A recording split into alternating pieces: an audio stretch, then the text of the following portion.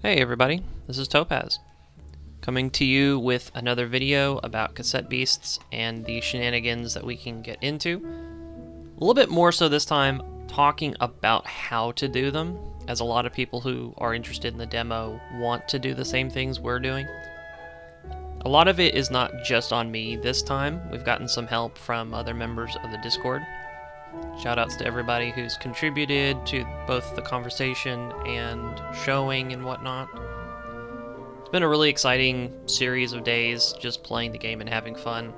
And so this video, which essentially is covering the topic a second time to provide clarity, showing, conversation, all that stuff.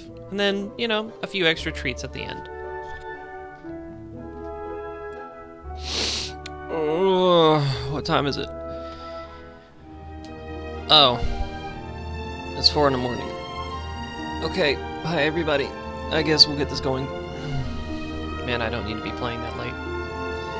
Alright, so the first thing we're going to explain is the crab aggro. Simply put, if you bounce in place and draw its attention, it will move, and if it's above the rock, it'll knock it over. Simply gliding and pressing X will allow you to grab the rock early. However, it is possible to make the jump normally. There are 2 rocks in this location as well as that one. This one's the little bit more important rock, and without being yanked to a different part of the map, you can cross this area safely. Now, you can do one of 2 things.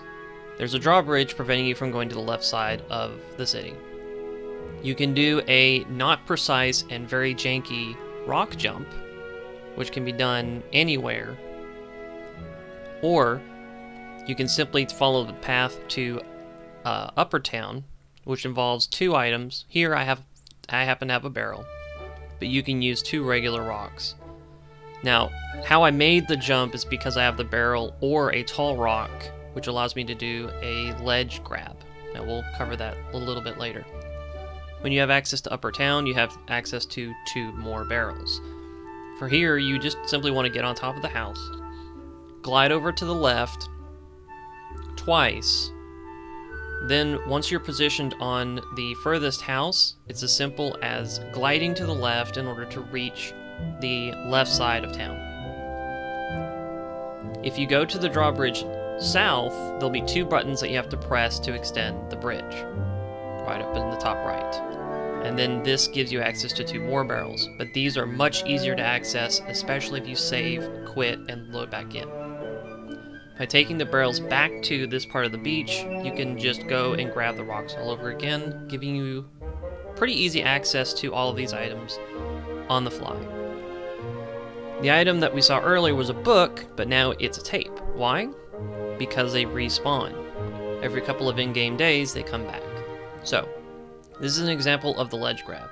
The box, barrel, and tall rocks allow you to simply jump against a wall, and allows you to essentially clip into the scenery, being able to stand on it and traverse better. Why? This is another example, but this is how to get to this chest here. The box has to be flat, and you have to be able to make it, and as long as you have the really tall rock or a barrel, you can do the ledge grab. Now, if you notice in the distance, it's turning green. This is actually a pressure plate that you need to trigger in order to go get this. Now, everyone's been asking how to do the launch. Well, it's not a science. The best way to do it, if you want to go to the desert/right side of the map that you're not supposed to go to, is just use a barrel and bounce on it while it's in the water. Eventually, it will launch you up over to the edge, but you have to be careful about your glide. Quick note, this is just a demo. We're doing things to kind of test the limits and to see what we can do, but there's no pressure to do it. Just enjoy the demo for what it is and have fun. This is just a small piece, but if you happen to fall enough of a distance up onto any of the square blocks, they will break. Now, here's another example of me making the jump and being careful about my glide. The walls exist, but you have to kind of work your way around where they're at.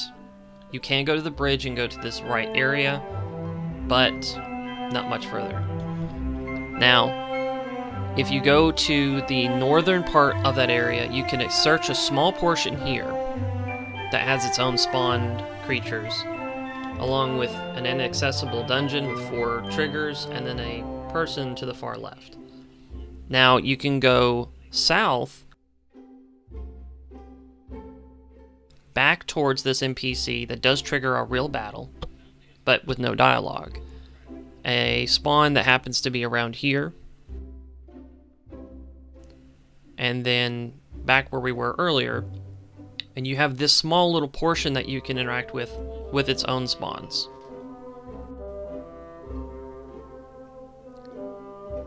This is an example of the battle triggering. No text, no nothing, but the whole fight is perfectly normal except for the fact that there's no music. So this is me touching back on that area where I was successfully able to get past that little gap. I'm showing off a section of the game that actually is completely inaccessible. As far as I know, you cannot go here. Now, I would love to be proven wrong, but I've walked across the entire ceiling. I'm pretty sure this is a full-on box. It is completely encased. There's no way to go in it, and you can't fall into it. But that must be the case because there's a switch down there. And I wonder what it does, but it's probably extremely crucial in the story. Now, this part of the video essentially is covering two moves that I found through the vending machine. It costs 20 metal. If you turn off autosaves and save in the room, you can just constantly reset it to see what kind of moves you can get. But Mind Meld basically says it shares moves with your partner. That's essentially what it's doing. Now, don't mind the fact that there's no model there. That's a monster that is in the game, but with no physical representation, but everything else works. You'll find those if you go to the desert area.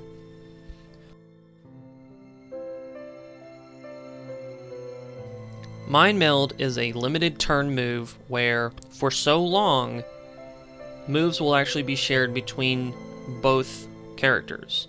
So whatever monsters that both characters are transformed into, when you go to your fight menu, you see every single move on both monsters for both characters. Here's the thing.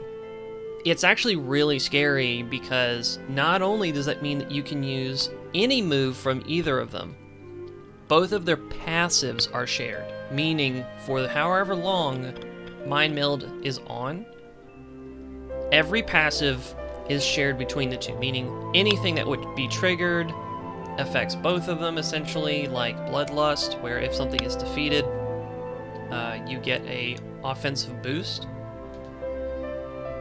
among other things. That also means that, like this footage I'm going to show, I built up energy so that I could use, for Elfless, it could use Waterworks to hit everyone. It's not its move, and it can't learn Waterworks, I believe. But it's able to use it so long as they're both working together while Mind Meld is playing. On top of that, because moves can only be learned by certain monsters, Mind Meld basically means as long as it knows Mind Meld and knows any move, any other monster partnered with it automatically is able to use those moves, and I think that has some really crazy potential. So, now we move on to the next one, which is essentially my favorite style of combat. Oh yeah, never mind the giant floating alien either. That's another one that you can find, not in the desert, but north. It's a rarer spawn, but yeah, you can find that too. Notice how I do Sharpen and Defend. Sharpen for Puppercut is useful because it is a melee-focused monster. However, I used Defend on that creature, the pink one, because it's very tanky. That's because I'm going to be using a different move on it that I got from the vending machine. It's going to be called Shield Bash, I believe.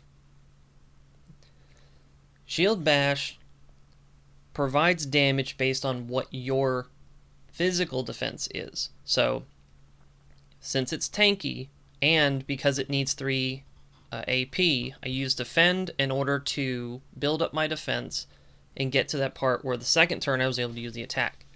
It does an insane amount of damage, and I loved not only finding it, but using it. Alright. I'm getting tired again. I'm going to go back in my hidey hole. See y'all in the next video, and hopefully the game releases soon so that we can all enjoy this game together.